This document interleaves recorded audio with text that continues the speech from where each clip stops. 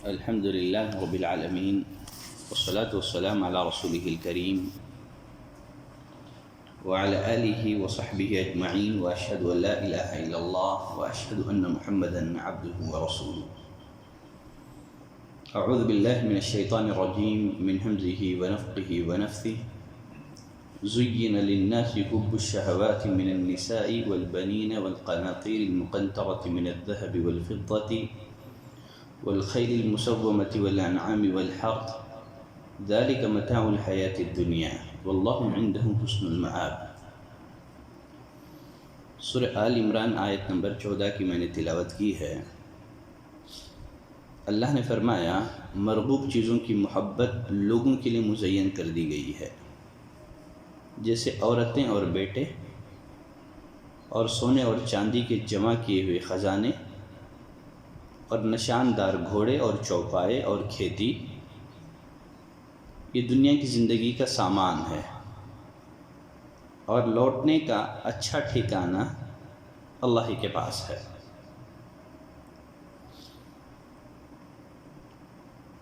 اس آیت کریمہ میں ان چیزوں کا ذکر ہے جو طبعی طور پر، جو فطری طور پر انسان کو محبوب اور پسندیدہ ہیں. وہ چیزیں جو طبعی طور پر انسان کو مرغوب اور پسندیدہ ہیں، بطور مثال کے، بطور ایگزامپل کے ایسی 6 چیزوں کا تذکرہ کیا گیا ہے. در حقیقت ان چیزوں کے 2 پہلو ہیں، ایک ہے فطری، دوسرا ہے غیر فطری. یا دوسرے الفاظ میں محبوب اور مذموم، محمود اور مذموم، پسندیدہ اور ناپسندیدہ. اگر انسان ان چیزوں کو اللہ تعالیٰ کی نعمت قرار دیتے ہوئے شریعت کی حدود میں ان کا استعمال کرے اور ان چیزوں کو آخرت کے حصول کا ذریعہ بنائے، تو یقیناً یہ 6 چیزیں مذموم نہیں ہیں، ناپسندیدہ نہیں ہیں، بلکہ محمود ہیں. اگر انسان ان چیزوں کی محبت میں پھنس کر کے اللہ سے غافل ہو جائے، دین سے غافل ہو جائے، اگر آخرت کو فراموش کر بیٹھے، جو مقصد تخلیق ہے، جس کے لیے اللہ نے انسانوں کو پیدا کیا ہے، جس غرض کے لیے اللہ نے انسانوں کی پیدائش کی ہے، اگر اس کو فراموش کر دے اور ان مادی اشیاء کو اپنی زندگی کا مقصود بنا لے، تب ایسی صورت میں یہ ساری چیزیں انسان کے لیے محمود نہیں ہیں، پسندیدہ نہیں ہیں، بلکہ یہ چیزیں انسان کے لیے مذموم ہیں، ناپسندیدہ ہے. فرمایا مرغوب چیزوں کی محبت لوگوں کے لیے مزین کر دی گئی ہے، شہوات کی محبت لوگوں کے لیے مزین کر دی گئی ہے. شہوات سے مراد وہ امور ہیں جو طبعی طور پر انسان کو محبوب اور پسندیدہ ہیں. اکثر و بیشتر یہی چیزیں انسان کی گمراہی کا باعث بنتی ہیں. انسان کی گمراہی کا باعث بننے والی چیزوں میں سر فہرست عورت ہے. فرمائے جیسے عورتیں، اسی لیے حدیث میں نبی کریم صلی اللہ علیہ وسلم نے فرمایا میں نے میرے بعد مردوں کے لیے عورتوں سے نقصان دہ، مضر کوئی فتنہ نہیں چھوڑا ہے. تو امت کے مردوں کے لیے سب سے نقصان دہ اگر کوئی فتنہ ہے، اس سے بڑا کوئی فتنہ نہیں ہے، وہ ہے عورتوں کا فتنہ. اور دوسرے نمبر پر والبنین، بیٹے ہیں.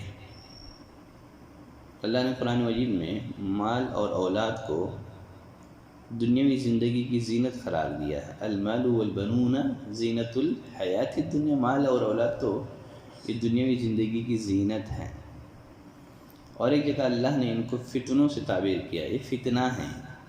انما اموالکم و اولادکم فتنہ، یقیناً تمہارا مال، تمہاری اولاد تمہارے لیے فتنہ ہے۔ اکثر و بیشتر یہی چیزیں انسان کی گمراہی کا ذریعہ بنتی ہیں۔ اور ایک جگہ فرمایا یا ایھا الذین آمنوا لا تلہکم اموالکم ولا اولادکم عن ذکر اللہ، اے ایمان والوں تمہارا مال، تمہاری اولاد تمہیں اللہ کے ذکر سے غافل نہ کر دیں۔ تو انسان کی گمراہی کا باعث بننے والی چیزوں میں سر فہرست عورتیں ہیں، دوسرے نمبر پر بچے ہیں، تیسرے نمبر پر والقناطیر المقنطرہ، سونے اور چاندی کے جمع کیے ہوئے خزانے ہیں۔ مال اور دولت ہے، مال اور دولت سے کسی درجے محبت یہ فطری چیز ہے، لیکن مال اور دولت سے حد سے زیادہ محبت کرنا، مال اور دولت سے بے انتہا محبت کرنا، یہ چیز انسان کے لیے نقصان دہ ہے، اس کی آخرت کے لیے۔ اسی لیے حکماء نے کہا تھا کہ جب تک کشتی پانی میں ہے کوئی خطرے کی بات نہیں ہے، کوئی نقصان کی بات نہیں ہے، لیکن اگر پانی کشتی میں آ جائے تو پھر یہ خطرے کی گھنٹی ہے، یہ نقصان کی بات ہے۔ جب تک دنیا کی محبت ہمارے دل کے باہر ہو کوئی خطرے کی بات نہیں ہے، لیکن اگر دنیا کی محبت ہمارے دل میں داخل ہو جائے تو یہی خطرے کی گھنٹی ہے۔ جب تک پیسہ جوب میں ہو کوئی نقصان کی بات نہیں ہے، لیکن اگر جوب سے ہوتے ہوئے پیسے کی محبت دل میں داخل ہو جائے تو یہ کیا ہے؟ یہ خطرے کی گھنٹی ہے۔ یہ مال اور اولاد سے بے انتہا محبت کرنا، الہاکم التکاثر حتی زرتم المقابر، مال اور دولت کی حرص نے تمہیں غافل کر دیا یہاں تک کہ تم قبر پہنچا دیے گئے۔ کلا سوف تعلمون ثم کلا سوف تعلمون، قبر کی زندگی میں انسان کو احساس ہوگا، آنکھ کھلے گی، مجھے دنیا میں کیا جمع کرنا چاہیے تھا، میں دنیا میں کیا جمع کر کے آیا ہوں، مجھے تو دنیا میں نیکیاں جمع کرنی چاہیے تھی، اعمال صالحہ جمع کرنی چاہیے تھی، میں تو دنیا میں مال اور دولت کما کے آیا ہوں۔ اسی لیے نبی کریم صلی اللہ علیہ وسلم نے فرمایا جب انسان مرتا ہے تین چیزیں انسان کے ساتھ چلتی ہیں، دو چیزیں پلٹ کر آ جاتی ہیں۔ جب تک انسان کے جسم میں روح ہے تبھی تک یہ دو چیزیں انسان کو فائدہ دیتی ہیں، دو چیزیں پلٹ کر آ جاتی ہیں، مال واپس پلٹ کر کے آ جاتا ہے، اولاد پلٹ کر کے واپس آ جاتا ہے۔ قبر کی تنہائی میں انسان کے اعمال صالحہ اس کے بہترین رفیق اور دوست بن کر کے ساتھ رہ جاتے ہیں۔ فرمایا والقناطر المقنطرة من الذهب والفضة، سونے اور چاندی کے خزانے۔ اصل میں سونے اور چاندی کے خزانے کے لیے جو لفظ استعمال کیا گیا ہے وہ ہے قنطرہ، قناطیر۔ قنطرہ اصل میں عبور کرنے کی چیز کو کہتے ہیں، عبور کرنا، پل پار کرنے کی چیز، عبور کرنے کی چیز۔ اب یہاں مال اور دولت کو، خزانے کو قنطرہ سے تعبیر کیوں کیا گیا ہے؟ اس لیے کہ مال اور دولت، سونے اور چاندی، یہ انسانی زندگی کو عبور کرنے کا ایک ذریعہ ہے، کیونکہ آدمی کا سفر آخرت کی طرف ہے۔ تو یہ قنطرہ کا ورڈ ہی بتا رہا ہے کہ یہ سب چیزیں ضروریات ہیں، مقاصد نہیں ہیں۔ یہ سب چیزیں کیا ہیں؟ ضروریات ہیں، مقاصد نہیں ہیں۔ ان ضروریات کو مقاصد کا درجہ نہ دیا جائے، بس ایک زندگی کو عبور کرنے کا ایک ذریعہ ہے، یہ مقصد نہیں ہے کہ آدمی ان کو حاصل کرنے کے لیے آخرت کو فراموش کر بیٹھے۔ جو چیزیں عموماً انسان کے لیے گمراہی کا باعث بننے والی ہیں ان میں سے ایک چیز ہے والخیل المسومۃ، نشاندار گھوڑے،